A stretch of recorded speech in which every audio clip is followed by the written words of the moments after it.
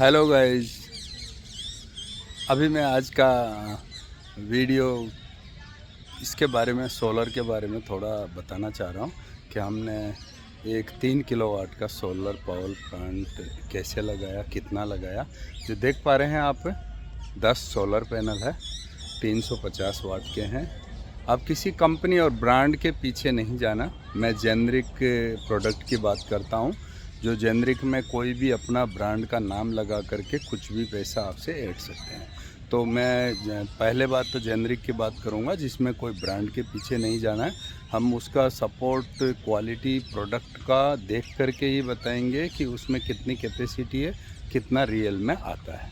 तो ये जो पैनल है ये है 215 वाट, लेकिन कुछ लिखा हुआ इसमें ज़्यादा मिल सकता है।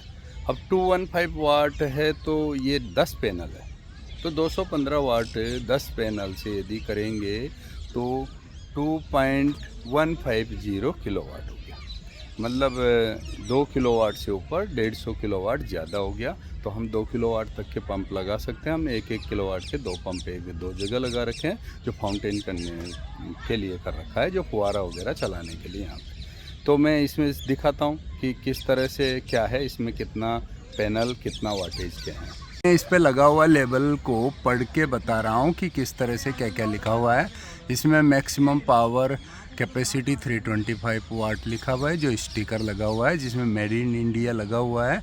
अब ये कहाँ का प्रोडक्ट है, क्या है, ये ओरिजिनल स्टिकर था। स्टिकर से कोई पहचान नहीं पाता कि कितना क्या है, लेकिन जब इसका रियल जो दोनों पावर वाट है, प्लस और माइनस दोनों पावर है, इनसे जब प्रॉपर एक्चुअली हम लोड दे करके चेक करते हैं तो हमारे लोड से पता चलता है कि पैनल कितना वाटेज है, प्रॉपर कितना काम का है। जो जानते नहीं हैं उनके लिए ये सब कुछ यहाँ पे जो लिखा हुआ है यही वाट है।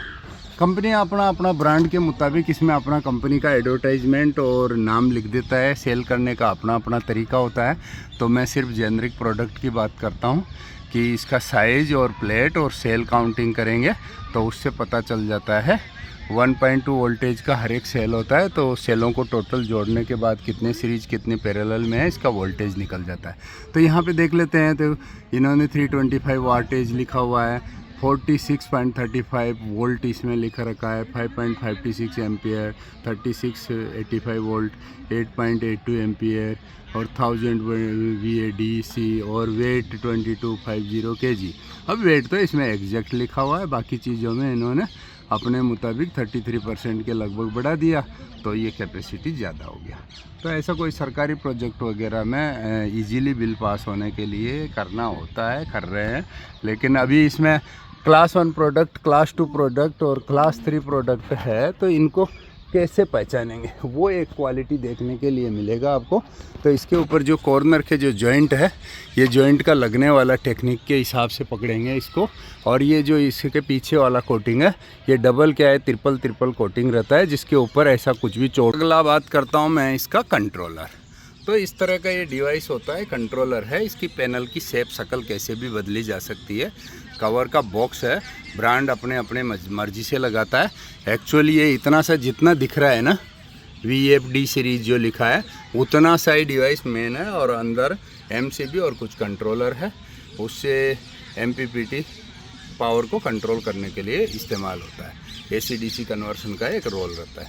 तो ये एक बॉक्स अपने अपने कंपनी के मुताबिक लगा देता है। तो ये अप टू 5 किलोवाट तक के लिए एक ही लगता है, कोई सा भी लगा सकते हैं इसके अंदर। दूसरे यहाँ पे देखेंगे ब्रिज रेक्टिफायर है। अप टू ये क्या है, 50 एम्पियर तक कैपेसिटी है, जो इसमें उल्टे पुल्टे कनेक्शन हो जाए, कहीं रिवर्स प्रोटेक्शन है, जो कि ये चार्जर को डैमेज होने से बचा लेगा। दूसरा ये एक GPS टेक्नोलॉजी वाला सिस्टम है, जो 2 तरह से काम करता है। इसके अंदर एक इनबिल्ट सिम लगा हुआ है। उस सिम के ज़रिए ये क्या करता है कि कंपनी जिसने भी मेंटेनेंस कॉन्ट्रैक्ट लेता है उनके सर्वर तक सूचना पहुंचाता है, जो भी है। अब इसकी ऐप इंस्टॉल करेंगे, ऐप के जरिए दिखाई देगा। यदि इलेक्ट्रिक डिपार्टमेंट से इसमें सब्सिडी ले रखा है, डिस्काउंट है, तो उनको पता चलना चाहिए हमारे इलाके में कितना प्लांट में पावर बन रहा है, तो उस तरह का सिग्नल भी ये भेजता है। तो ये जो सर्वर से कनेक्टेड रहता है। इसके लिए क्या हो, यहाँ पे 4 वायर लगे हुए हैं। 4 वायर में मैं बता देता हूँ। रेड वाला प्लस वायर है जिसमें 5 वोल्टेज आता है। उसके बाद वाला ब्लैक वायर है, इसके अंदर नेगेटिव ग्राउंड वोल्टेज मिलता है। और ये दूसरा वाला है येलो तार है जिसके अंदर डाटा प्लस का काम करता है, और ये माइनस क्लॉक का काम करता है। डाटा और क्लॉक दोनों मिला करके येलो और दोनों से इसमें चलता है। तो इसके जरिए ये डिवाइस ऑन होता है। इसमें 4 एलईडी है। एलईडी अपना स्टेटस के मुताबिक सिग्नल दिखा देती है। एक तो रहती है कि पावर इसमें आ रहा है, एक रहता है कि डिवाइस में इंटरनेट कनेक्टिविटी आ रहा है और इसकी इंक्रिप्शन ऑन है और इसके साथ कनेक्टिविटी जुड़ा हुआ है। दूसरा, ये यहाँ पे जो कनेक्टर लगा हुआ है, यहाँ से एंटेना है जो रिमूवेबल है, और ये कोएक्सियल केबल है। कोएक्सियल केबल के बाद ये इसकी जीपीएस एंटेना लगी हुई है। जीपीएस एंटेना ये 2G नेटवर्क और 3G नेटवर्क के अंदर सपोर्ट करती है। और इसमें ये नेट का ये माउंटिंग बेस है, इसमें मैग्नेट है जो कहीं पे भी रखने से ऊपर में आराम से दूर तक कम्युनिकेट हो जाता है। और मालूम रहे आपको, ये इस तरह के इसमें कनेक्टर रहते हैं, डीसी कनेक्टर। तो इन कनेक्टरों के थ्रू कनेक्शन हो जाता है इसमें। और ये एमसीबी होती है। एमसीबी में क्या है, एक तो डीसी एमसीबी है जिसमें प्लस माइनस लिखा रहता है, और एक एसी एमसीबी है जिसके अंदर गुड अर्थ होता है, और एक इन और आउट वाला जो एक फेस है और एक न्यूट्रल है जो कि मोटर के लिए पावर जा रहा है। तो ये दोनों हमेशा ऑन रहता है। मोबाइल फ़ोन से कंट्रोल होता है, टाइमिंग शेड्यूल पर रखा है, उसके मुताबिक ऑन ऑफ होता है। फिजिकली आकर के यहाँ पे कर सकते हैं। इसका टाइमिंग वगैरह के लिए इसमें डिले टाइम सेट कर देते हैं कि सोलर कितना पावर बनाने के बाद ये ऑटोमेटिक ऑन होना चाहिए। तो इसका कनेक्शन गया हुआ है आगे मोटर में। तो कहाँ मोटर लगी हुई है, मोटर का जगह दिखा देता हूँ, कहाँ फाउंटेन लगा हुआ है वो भी दिखा देता हूँ। अभी टेम्प्रोरी होल्ड करता हूँ। तो इस तरह से बॉक्स पैक हो जाता है। बॉक्स रेन प्रूफ रहता है, तो इसमें बारिश वगैरह का असर नहीं होता और ये पैक हो जाता है। तो हम अभी दिखाने वाले हैं आपको कि कहाँ पे मोटर लगाया है और इसके फाउंटेन कहाँ पे लगाया हुआ है। और अभी तो चलाएंगे नहीं, लेकिन रात को चलते हुए का पार्ट 2 वीडियो के अंदर डालेंगे। आपका रिक्वेस्ट आएगा। तो देखो, फाउंटेन के लिए कितने नोजल लगे हुए हैं जगह जगह पे। इस नोजल के थ्रू इसमें चारों तरफ से पानी का फुहारा होता है और ऊपर अप टू 40 फीट तक ये पेड़ों की जितनी हाइट है ना वहाँ तक चलता है। तो रात को देखने से बहुत स्मार्ट लगता है। और इसकी जो मोटर है ना, ये मोटर का कनेक्शन ये देखो सीधा पाइप जा रहा है, पानी के अंदर जाके डुबा के मोटर डाल रखी है। तो ये बहुत ही अच्छा चलता है और कंट्रोल ऑटोमेटिक है, इसलिए इसकी ज़रूरत नहीं है। तो मैं दिखा देता हूँ वापस दोबारा कहाँ पे हमारे सोलर पैनल लगे हुए हैं। और ये पुराना बावड़ी था, ऐतिहासिक बावड़ी है जो पुराने ज़माने में ऐसे होता था। पहले बोरवेल वगैरह का नहीं होता था उसी टाइम पे। तो ये सोलर प्लांट लगा हुआ है। तो हमने एक तो ये मोटर पंप यहाँ पे लगा रखा है, एक वो गार्डन में पानी में जाने के लिए दूसरी जगह लगा रखा है। तो दोनों पंप इसमें आराम से 1-1 किलोवाट के चलते हैं और कोई प्रॉब्लम नहीं आती। जब बादल ज़्यादा रहते हैं, पावर कम बनता है, तो एक ही मोटर चला सकते हैं हम।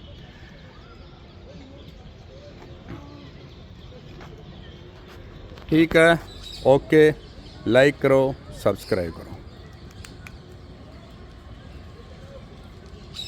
तो अभी लास्ट में हम एक क्या करते हैं, जो सोलर सिस्टम वाले सिस्टम के बारे में हम क्या करते हैं, एक प्लान करके बताता हूँ कि हमने क्या क्या करना चाहिए, क्या लेना चाहिए, किस तरह का मैनेज करना चाहिए। तो सबसे पहले तो हमारा सोलर एनर्जी की वेबसाइट में जाकर के हमने क्या करना है, अपना सब्सिडी के लिए रजिस्ट्रेशन कर देना है। और हमारा जो खसरा नंबर है खेत का, उसका प्रॉपर डिटेल देना है। जहाँ खेत में लगाना है, घर के लिए लगाना है, तो हाउस प्रॉपर्टी के डॉक्यूमेंट का रजिस्ट्रेशन रेफरेंस देना है। अपना आधार कार्ड, पैन कार्ड डिटेल्स के साथ में अपना मोबाइल नंबर, ईमेल आईडी देंगे। तो सारी सूचना उसी के अंदर मिलेगी हमको।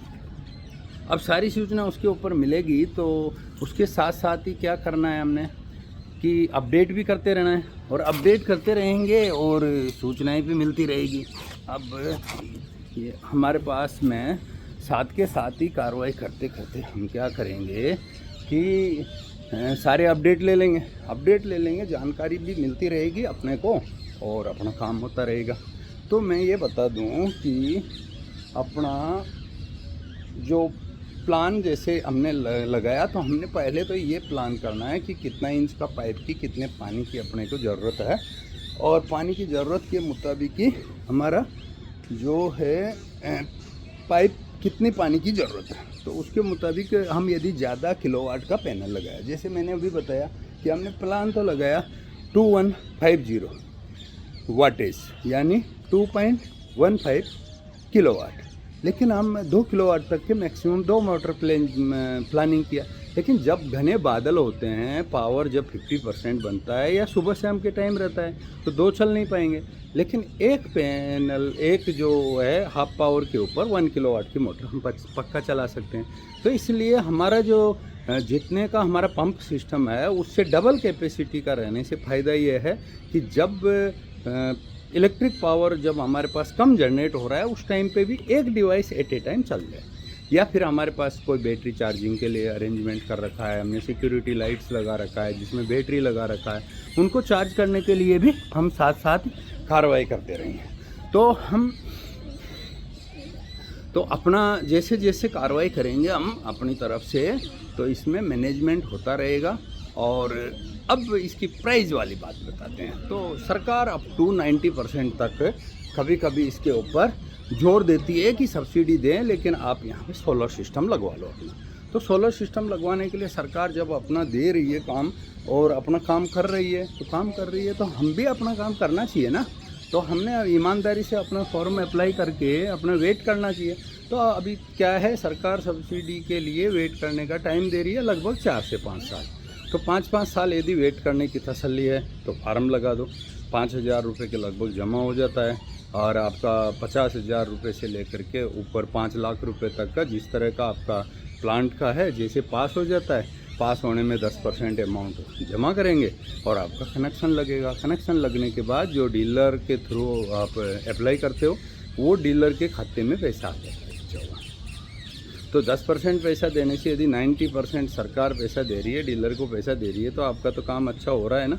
लेकिन आपको बहुत ही जल्दीबाजी है, तो आप क्या है, मैं आपके लिए सपोर्ट करूँगा, 10% तक डिस्काउंट दिलाऊँगा। अब डायरेक्ट केस में भी अप्लाई कर सकते हो, तुरंत लगाना। तो अर्जेंट लगाना है तो मैं ऐसा कर सकता हूँ, मेरा बाकी बहुत कंपनियों से लिंक है, लेकिन हम क्या है जेनरिक की बात करेंगे जिसमें कोई ब्रांड का नाम नहीं लेंगे। ब्रांड तो आप जो बोलो वो उसके थ्रू ले सकते हैं, वो अपना प्रॉफिट का GST बिल पे करना होगा। अब जो पैनल के बारे में बताता हूँ मैं कि पैनल अभी सबसे बेस्ट कौन से हैं। पैनल क्या है, 20 से लेके 25 पैसा प्रति वाट के हिसाब से मार्केटिंग रेट है। अब आपका यदि कोई पर्टिकुलर मेरे को ब्रांड के हिसाब से बताओ कि मेरे को इतने वाट के पैनल चाहिए, इतने साइज़ के चाहिए, वेदर प्रूफ तो ज़्यादातर सभी आते हैं, 25 ईयर्स की वारंटी आती है सबके अंदर। तो ऐसा तो होता है, सबके लिए लागू है ये चीज़ तो, लेकिन आपको 25 ईयर्स वारंटी है, इसका मतलब ये नहीं है कि ज़्यादा ये हल्का लगा लें। तो वेदर प्रूफ प्रॉपरली होने चाहिए, वाटर प्रूफ होना चाहिए। उसके अंदर आपको जो मैंने बता दिया। अब कितना किलोवाट का क्या रेट है, 20 to 25 पैसे। जो लोएस्ट 20 पैसे में कब मिलेगा, जब पैनल आपका 500 वाट से ऊपर वाला आप खरीदोगे, एक ही पैनल। यदि उससे जितना कम वाट का पैनल आप लेते जाओगे तो 21 पैसा, 22, 23, 24, 25 पैसा तक जाएगा। तो ऐसा करके मान लो 25 पैसा आपका हो गया। इसका मतलब आप छोटा पैनल लेना चाह रहे हैं, तो छोटे पैनल के जो टोटल आपको कैपेसिटी है, मान लो आपने 100 वाट का पैनल लिया, 100 वाट का पैनल लिया, ऐसे 10 पैनल आप जोड़ोगे तब जा कर के क्या हो गया, वो 10 पैनल लेने से 1 किलोवाट हो गया। तो 1 किलोवाट के जब पैनल आप इकट्ठा लोगे तो 25,000 रुपये खर्च करने हैं। ऐसे ही आपने क्या करना है कि आपने 100 वाट के 10 पैनल लेके 1 किलोवाट बनाने के बदले में आप सीधा 500 वाट के 2 पैनल ले लो, हो गया आपका 1 किलोवाट। तो मैं जो रिकमेंडेशन करता हूँ आपके घरों के लिए, यदि बिजली की ज़रूरत है तो 3 किलोवाट के सफिशिएंट है, जिसमें अप टू 3.3 किलोवाट तक के हैं। 330 वाट के पुराने वाले सेकेंड हैंड भी आधी रेट के अंदर मिल जाते हैं पैनल। आधी रेट के पैनल मिलने के लिए ये जो ई मार्ट वगैरह के लिए बहुत सी वेबसाइट है जिनके अंदर जो पुराने स्टॉक वाले सेल करके जिन्होंने नया लगाना चाहते हैं तो वो हाफ रेट में बेच देते हैं और कॉन्ट्रैक्टर उसको ले लेता है, तो वो सस्ते में आपको पैनल मिल जाएंगे। दूसरा बात, आपने स्टार्टर वगैरह तो वारंटी वाला ही लेना। स्टार्टर क्या है, 5 साल, और दूसरा है जो 8 साल वाला। 2 तरह के इसके स्टार्टर मिलते हैं।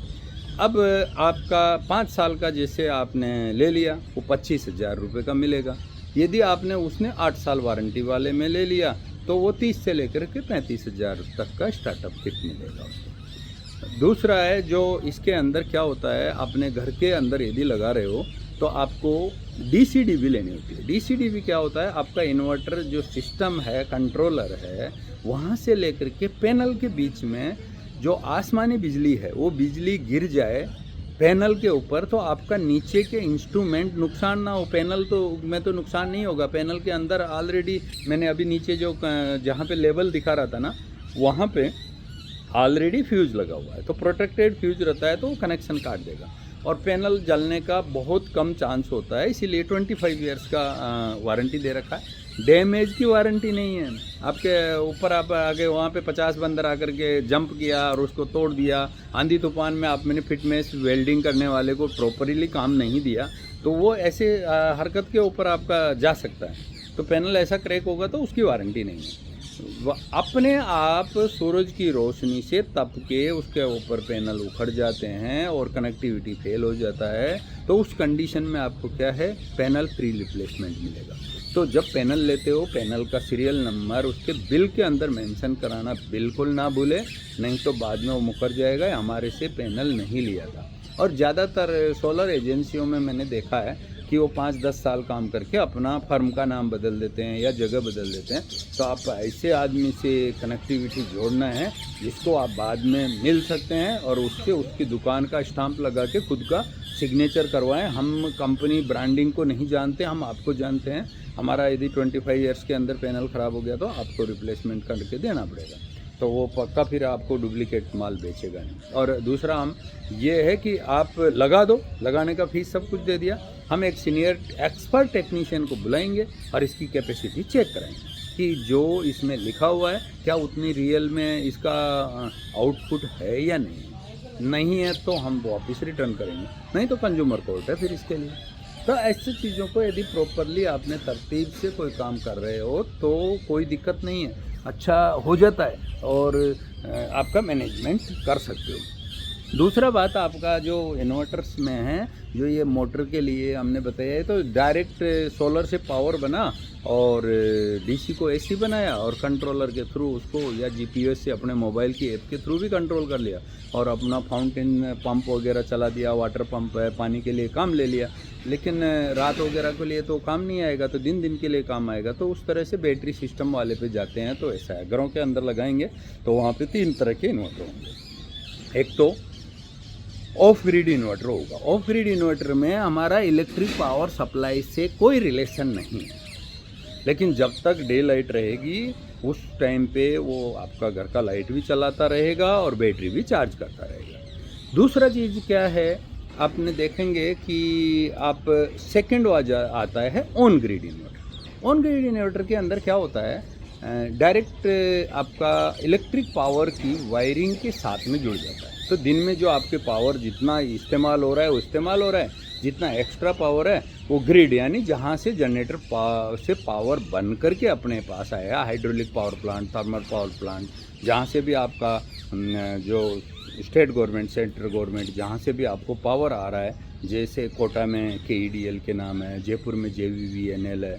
तो इस तरह के जहाँ पे भी जो सप्लाई देने वाले हैं उनके ग्रिड में पावर चला जाएगा। यानी पावर चला जाएगा तो वो कहीं पे भी नहीं जाता, जहाँ जनरेटर में पावर बनता है वहाँ जाके कोई बिजली स्टॉक करने की फैसिलिटी नहीं है, सेव नहीं होता है। हाँ ये है, आपका जो पावर वापस ग्रिड में चला गया तो जिनके घर में सोलर पैनल नहीं है वो उस बिजली को इस्तेमाल कर देंगे और आपके मीटर में रिवर्स रीडिंग चढ़ जाएगी।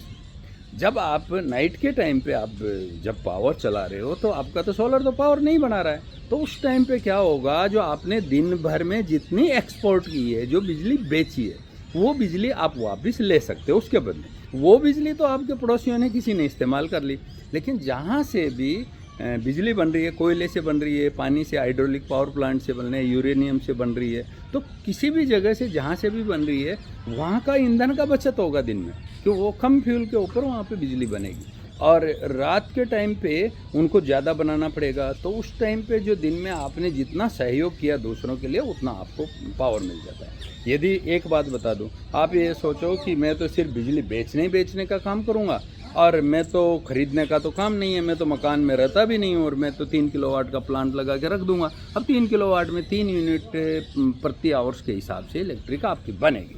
अब 5 घंटे से लेकर 6 घंटे तक आपका बिजली का पावर बनता है, और उसके दौरान आपने क्या करना है, जब 3 किलोवाट के हिसाब से जाके 5 से 5.5 घंटे तो एवरेज मान लो, गर्मी के टाइम पे 6 घंटा मान लो और सर्दी के टाइम 5 घंटा मान लो, तो एवरेज हम 5 से 5.5 घंटा, तो हमारा 15 से 17 यूनिट डेली का बिजली एक्सपोर्ट हो जाएगा। लेकिन ये क्या करते हैं इलेक्ट्रिक डिपार्टमेंट है, 30 डेज के अंदर आपका जितना प्लस यूनिट होता है उतना यूनिट का आपके पेमेंट में पैसा डाल देते हैं। लेकिन भाई हम जब बिजली खरीद रहे हैं तो हमारे को बिजली दे रहे हैं 5 रुपये से लेकर के 8 रुपये तक प्रति यूनिट, लेकिन हम बिजली बेचेंगे तो सिर्फ 2 रुपये प्रति यूनिट हमारे बिल में इलेक्ट्रिक पावर का पैसा मिलेगा।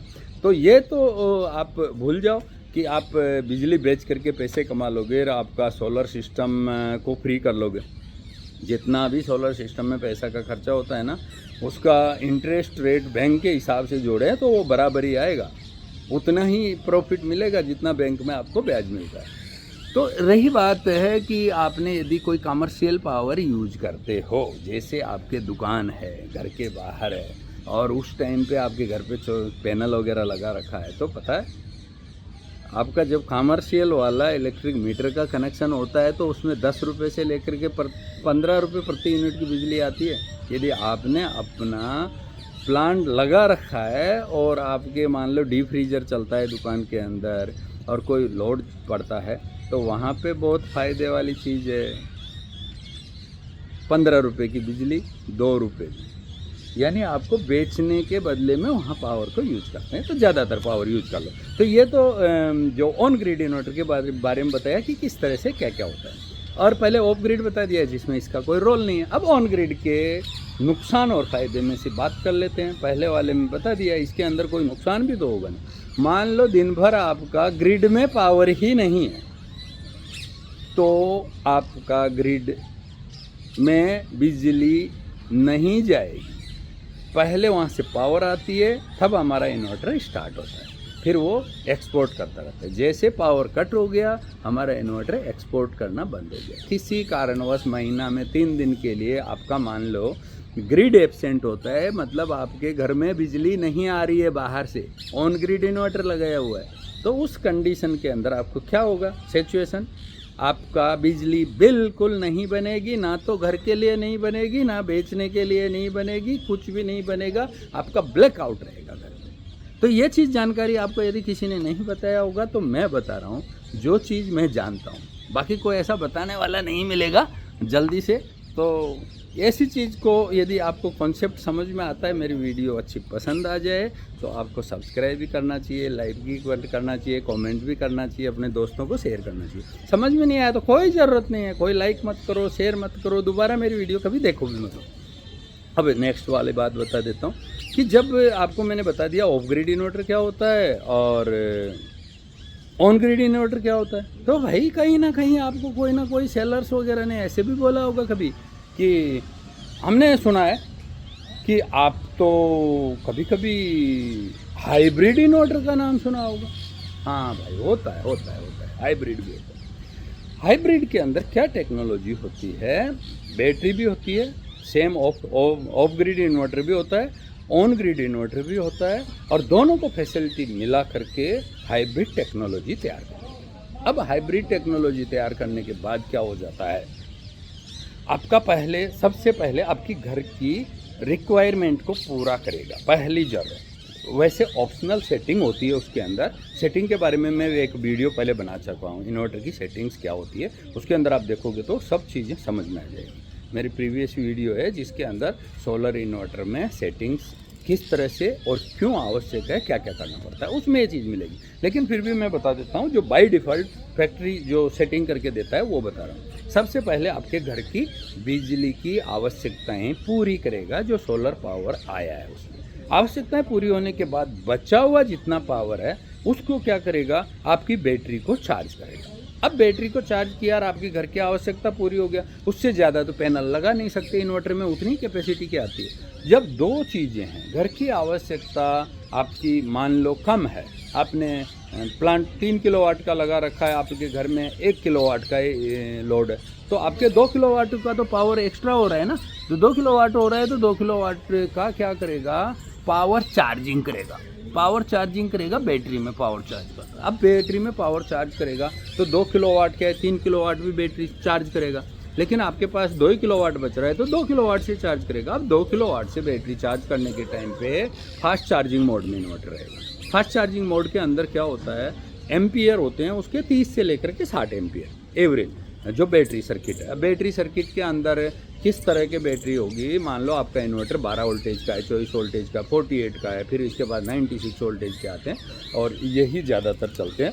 उससे हाई फाई देखने के लिए आपको मिलेगा नहीं, ज़रूरत भी नहीं। तो आपके घरों के लिए, जो सबसे छोटे घरों के लिए एक बैटरी वाला है, उससे थोड़ा बड़ा घर है जिसके अंदर 2 बैटरी वाला है, और या आपका 2 बेडरूम से ज़्यादा बड़ा है तो वो 4 बैटरी वाला लगा सकते हो। तो ये बैटरी के ऊपर हो गया तो 70% तक फुल स्पीड से चार्ज हो जाएगा। फुल स्पीड चार्ज होने के बाद क्या होता है, आपका इन्वर्टर बैटरी को स्लो चार्ज करना शुरू कर देता है ताकि उसको ज़्यादा बैटरी की रात को कैपेसिटी लाइफ हो जाए। तो स्लो बैटरी चार्जिंग के अंदर 5 से 10 एम्पियर की स्पीड से चार्ज करता है। तो 5 से 10 एम्पियर से स्पीड से चार्ज करेगा, यानी 5% ओनली।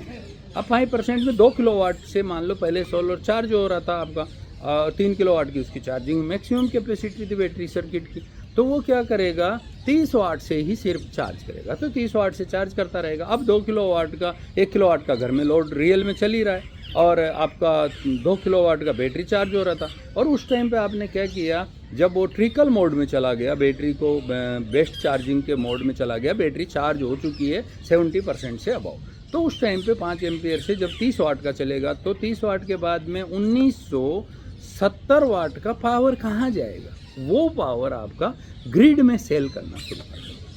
तो ग्रिड में सेल इस तरह का कब करेगा, जब दिन में 1 या 2 बजे तक जब आपका घर की आवश्यकता चल रही है और दोनों चीज़ हो रहा है, और फिर ये मान लो ऐसा सोच लेते हैं कि 3 दिन तक आप घर से बाहर हो, कहीं रिलेटिव में हो और आपके घर पे कोई भी आदमी नहीं है, तो ये नहीं है, तो इस कंडीशन में क्या हो जाएगा, आपका सिस्टम के मुताबिक बताता हूँ मैं कि ये क्या क्या करेगा। अब उसके बारे में बताता हूँ कि जब आप घर पे नहीं हो तो कल की बैटरी आपकी चार्ज नहीं हुई होगी और वो तो आराम से बैटरी चार्जिंग चल ही रही है।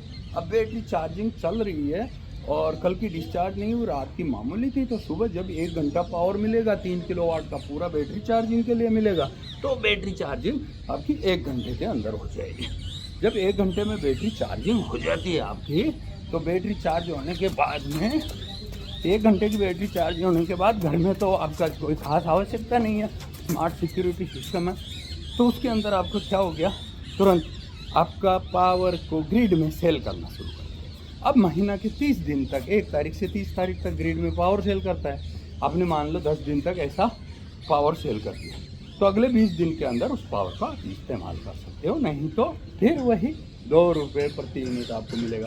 तो मेरा बोलने का मतलब है, अब मैं ये समझाना चाह रहा हूँ आपको कि अच्छे से कि आपका ये कॉन्सेप्ट समझ में आ गया होगा कि ऑफ ग्रिड इन्वर्टर क्या होता है, ऑन ग्रिड इन्वर्टर क्या होता है, हाइब्रिड इन्वर्टर क्या होता है और इलेक्ट्रिक कनेक्शन की रिक्वायरमेंट क्यों होती है।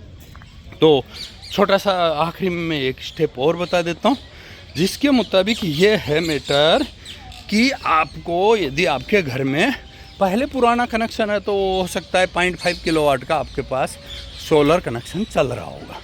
अब 0.5 किलोवाट का सोलर सिस्टम चल रहा है तो उस कंडीशन की बात अलग है। जब 0.5 किलोवाट का अभी कोई नया कनेक्शन है तो 1 किलोवाट से कम में पावर देते ही नहीं है, और यदि आपका मकान का साइज है जो 2700 स्क्वायर फुट से ऊपर है तो आपको 2 किलोवाट से नीचे का आपका कनेक्शन ही नहीं देते। तो ये अभी नया रूल आ गया, नया सिस्टम आ गया, तो आपका सिचुएशन के मुताबिक आपका चेंज होता रहता है। तो आपका जो घर का कनेक्शन है ना, उस कनेक्शन को आप जितने की कैपेसिटी वाला ऑन ग्रिड यदि करना चाहते हो तो उस टर्म्स कंडीशन के अंदर क्या करना पड़ेगा, आपको अपना घर का लोड कैपेसिटी बढ़ाना पड़ेगा।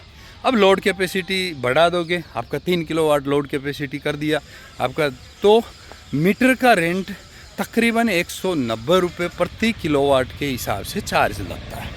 तो जो आपका 190 रुपये के हिसाब से 3 किलोवाट है तो यानी फिर कितना हो गया, 570 रुपये। तो 570 रुपये का तो बिल आता रहेगा। आप सोचो मेरा जीरो बिल हो जाए, जीरो बिल नहीं होता है। इलेक्ट्रिक डिपार्टमेंट में नौकरी करने वालों को तनख्वाह कहाँ से देगा, चाहिए ना पैसा उनको भी। आप पावर यूज कर रहे हो नहीं कर रहे हो, आपने कनेक्शन तो लेके बैठे हो, सुविधा लेके बैठे हो।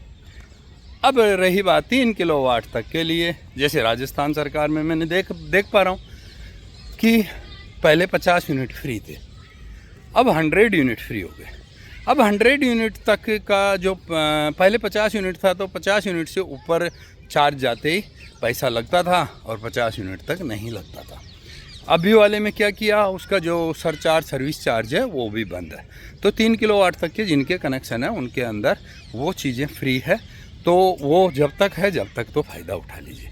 ऐसे ही फ्री का फ़ायदा उठाने के लिए मैंने बताया कि 5G राउटर कैसे बनाते हैं और 5G का अनलिमिटेड बेनिफिट कब तक ले सकते हैं। और पता है, अडवाणी के लिए भारत रत्न की योजना निकाल दी गई है।